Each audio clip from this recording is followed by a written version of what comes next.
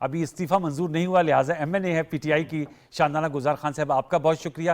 سلمان غنی صاحب senior analyst journalist ہمارے ساتھ موجود ہیں لاہور سے ٹیلی فون پر، ان کو بھی ہم ویلکم کرتے ہیں، تینوں موسم مہمانوں کو فارمو ویلکم۔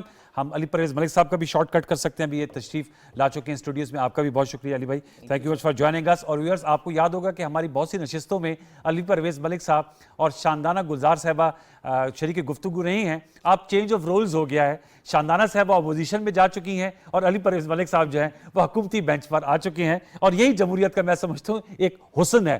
آپ لوگ کی اجازت سے سلمان غنی صاحب جو گفتگو کا آغاز کریں گے۔ سلمان بھائی السلام علیکم۔ جی وعلیکم السلام۔ سلمان صاحب کیا کہیں گے سر، آج کا دن آپ تمام آپ کی لوگوں کی ٹرانسمیشنز بھی میں دیکھتا رہا، 9 اپریل آیا، 10 اپریل آیا جو کنسٹیٹیوشن ڈے بھی ہے پاکستان کی تاریخ میں، اور آج 11 اپریل ہے۔ اب سے کچھ دیر قبل میں بھی موجود تھا، شہباز شریف صاحب نے بطور وزیراعظم حلف اٹھا لیا ہے۔ کیا چیلنجز ہیں ان کے خطاب کا، ہم نے منتخب حصہ بھی اپنے ویورز کے ساتھ شیئر کیا۔ PTI اجتماعی استعفے دے کر پارلیمنٹ قومی اسمبلی سے باہر آ گئے ہیں، شہباز صاحب کو اب حکومت ہے اور ایک کولیشن گورنمنٹ ہے، 174 ووٹ حاصل کیے۔ کیا چیلنجز ہیں حکومت اور اپوزیشن دونوں کے لیے؟ انوار صاحب، پہلے تو آپ نے اپنے دونوں معزز مہمانوں کے حوالے سے کہا کہ وہ مسکراتے نظر آ رہے ہیں، کاش یہ صورتحال پاکستان کے بڑے ایوان میں بھی پیدا ہو تاکہ ملک آگے کی طرف چل سکے۔ جہاں تک آپ نے بڑے چیلنجز کی بات کی ہے، تو ایک مشکل صورتحال میں شہباز شریف صاحب کا انتخاب ہوا ہے، اور پاکستان کے اندر آج جو بڑا چیلنج ہے، میں سمجھتا ہوں کہ وہ ایک معیشت کا چیلنج ہے، اور یہ معاشی چیلنج آج سے نہیں ہے کہ ہمیشہ حکومتوں کی ترجیح معیشت ہی رہی ہے، اور شہباز شریف صاحب کو یہ اعزاز حاصل ہے کہ وہ پنجاب کی سطح پہ ہم دیکھتے رہے کہ وہ ناممکن کو ممکن بنانے کی صلاحیت رکھتے ہیں۔ اچھا۔ اور انہوں نے پچھلے دنوں نیشنل گورنمنٹ کی بات کی تھی، اور میں سمجھتا ہوں کہ آج آپ جسے مخلوط حکومت کہہ رہے ہیں، میں اسے نیشنل گورنمنٹ کہتا ہوں کہ پاکستان جس گمبھیر صورتحال سے دو چار ہے، اس میں واقعتاً اب تمام پولیٹیکل فورسز کو مل کر ہی جو ملک کی کشتی ہے اس کو منظار سے نکالنا پڑے گا۔ اب یہ سیاست کا وقت نہیں ہے، اور ایک ایسی صورتحال میں ہم کھڑے ہیں جہاں پر پاکستان کے عوام جمہوریت سے بہت ساری توقعات رکھتے ہیں۔ انوار صاحب، آپ دیکھتے ہیں کہ لوگ اپنے ہاتھ پہ اپنا رائے دہی لاتے ہیں اور لا کر سیاستدانوں پر اعتماد کا اظہار کرتے ہیں، لیکن پاکستان کا بڑا المیہ یہ ہے کہ بڑے خوش کن نعرے دکھائے جاتے ہیں لیکن نعروں اور دعووں پہ عمل درآمد نہیں ہوتا۔ لیکن شہباز شریف صاحب سے توقع یہ ہے کہ وہ تمام پولیٹیکل فورسز کو ساتھ لے کے چلے گئے، لیکن آج انہوں نے ایک اہم اعلان کیا ہے، اور میں سمجھتا ہوں کہ ان کی تقریر میں یہ ایک اہم پیش رفت ہے جو انہوں نے ان کیمرہ بریفنگ، وہ جو ایک متنازع لیٹر ہے جس میں پاکستان کی، میں سمجھتا ہوں کہ سب سے حساس مسئلہ ہے جسے ایک بڑا ایشو بنانے کی کوشش کی گئی ہے، انہوں نے بہت اچھا کیا کہ ان کیمرہ بریفنگ ہوگی جس میں پاکستان کی سیکورٹی قیادت بھی ہوگی، پاکستان کے سفارتی ذمہ داران بھی ہوں گے، اور پاکستان کے نمائندہ لوگ بھی موجود ہوں گے تاکہ وہ کنفیوژن ختم ہونی چاہیے۔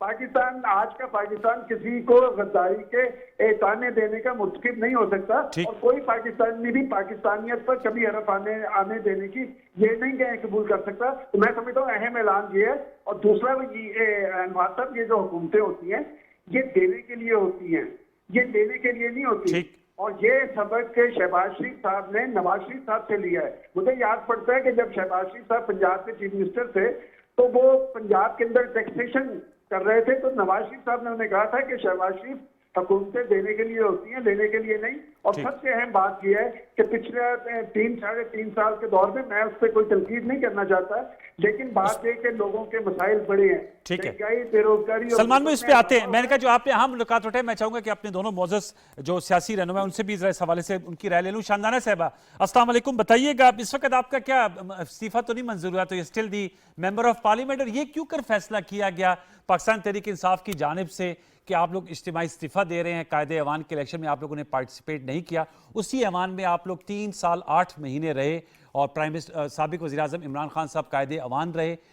کیا بہتر نہ ہوتا کہ اس آپ لوگ اس کا حصہ بنتے جب آپ لوگوں نے شاہ محمود قریشی صاحب کے کاغذات نامزدگی بھی فائل کیے، منظور بھی ہوئے؟ اور دوسرا یہ جو وزیر اعظم شہباز شریف صاحب نے اعلان کیا ہے ان کیمرہ بریفنگ، وہ جو مراسلہ ہے، کیونکہ former prime minister Imran Khan صاحب اس حوالے سے بہت زیادہ بات کر رہے تھے، آپ سمجھتی ایک اچھی پیش رفت ہے کہ ایک ان کیمرہ سیکیورٹی بریفنگ ہوگی جس میں انہوں نے کہا DG ISI، آرمی چیف اور دیگر پارلیمانی سیکیورٹی کمیٹی کے ممبران موجود ہوں گے؟ شاندانہ صاحبہ۔ شکریہ انوار صاحب اینڈ آپ کے دونوں مہمانوں کو سلام. آپ نے صحیح کہا یہ تیسرا پروگرام ہے 3 ہفتوں میں کہ میں اور علی صاحب اکٹھے آ رہے ہیں, بٹ اللہ خیر کرے. تو shoes on the other foot, اب تو بوجھ علی بھائی پہ آئے گا, ہم پیچھے ہٹ گئے تو تھوڑا تو ریلیکسنگ بھی ہو گیا آپ کا ٹی وی شو. دوسری بات, کیونکہ پرانا پاکستان واپس آ گیا تو مجھے بہت سوچ سمجھ کے بولنا پڑے گا, کیا پتہ آدھی رات کو اٹھا کے لے جائیں پھر ہم کبھی ملے نا.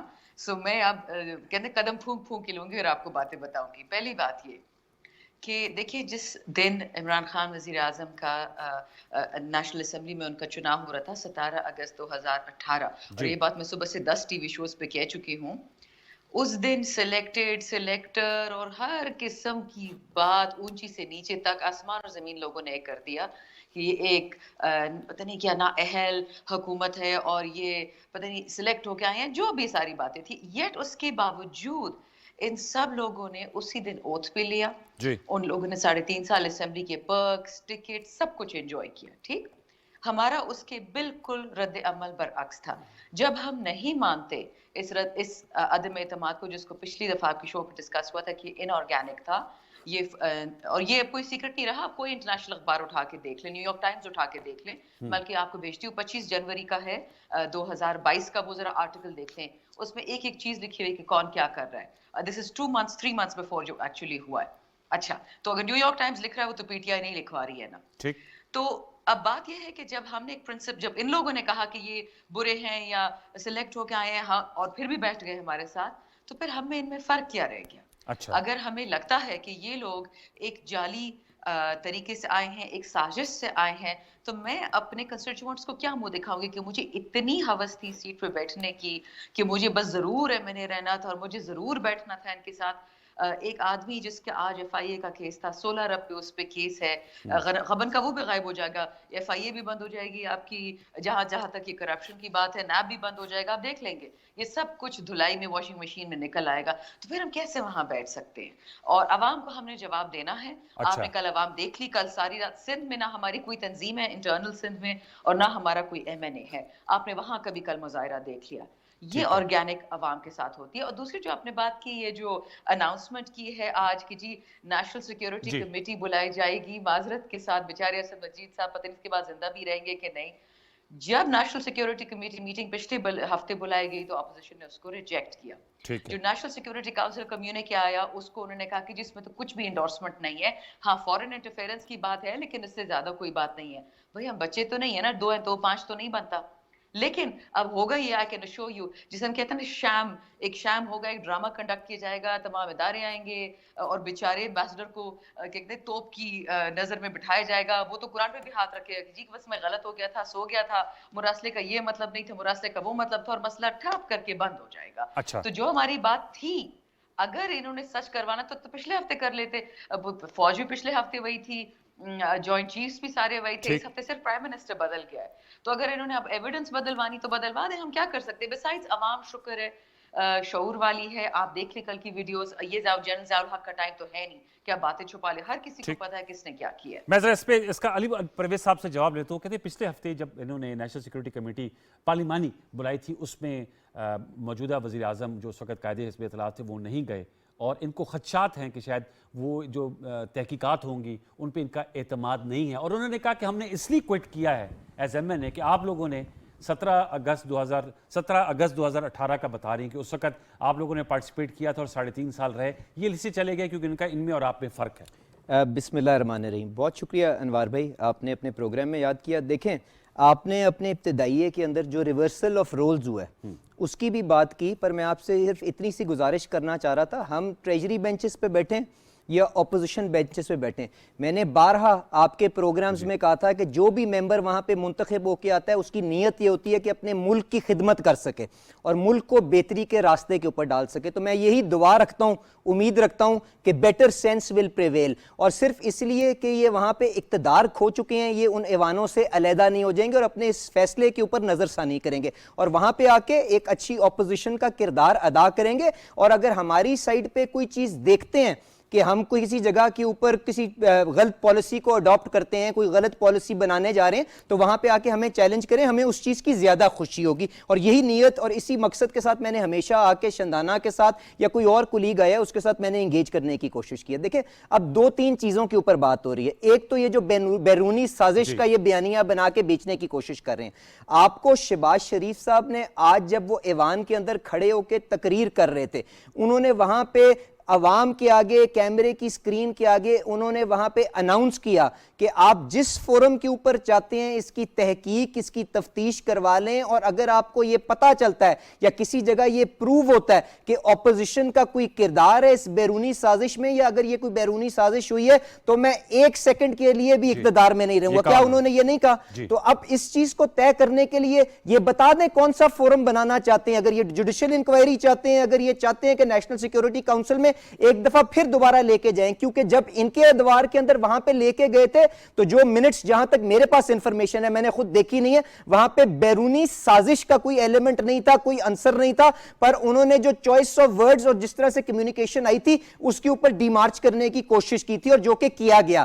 پھر بھی ان کی تسلی کے لیے, کیونکہ ہم لوگ سب حب الوطن پاکستانی ہیں, میں آپ کو بار بار کہتا ہوں, ہمیں اگر کسی ملک نے ہماری اندرونی معاملات کے اندر انٹرفیئرنس کرنے کی کوشش کی ہے, انکروچ کی ہے, تو ہمیں مل کے اس کے سامنے بند باندھنے کی کوشش ہے. پر اس کو اپنا قد بڑھانے کے لیے, اپنی سیاست چمکانے کے لیے مت استعمال کریں, کیونکہ آپ جب خارجہ پالیسی جلسوں کے اندر, جلوسوں کے اندر بیٹھ کے ٹی وی ٹاک شوز کے اندر ڈسکس کریں گے تو آپ اپنے ملک کے لیے مسائل پیدا کریں گے. میں اتنی سی آپ سے صرف گزارش کرنا چاہتا ہوں. اور اقتدار سے جو علیحدہ ہو جانے کا معاملہ ہے اس کے اندر انہوں نے اپنی میجورٹی کھو دی. یہ اپنے ڈیفیکٹرز کو, ہارس ٹریڈنگ, 63A, اٹرم شٹرم, انہوں نے کیا کچھ کوشش نہیں کی. مجھے بتائیں کیا ان کے ان ڈیفیکٹرز کو اگر ہم ایک سائڈ پہ کر بھی لیں تو کیا ان کے اتحادیوں کی مدد سے جو ان کو چھوڑ کے ہماری صفوں کے اندر آ کے بیٹھ گئے ہیں, تو ہماری کیا میجورٹی نیشنل اسمبلی کے اندر نہیں پروو ہو جاتی؟ تو اگر ہو گئی ہے تو آئیں ریسپیکٹ کریں اس پروسیس کو.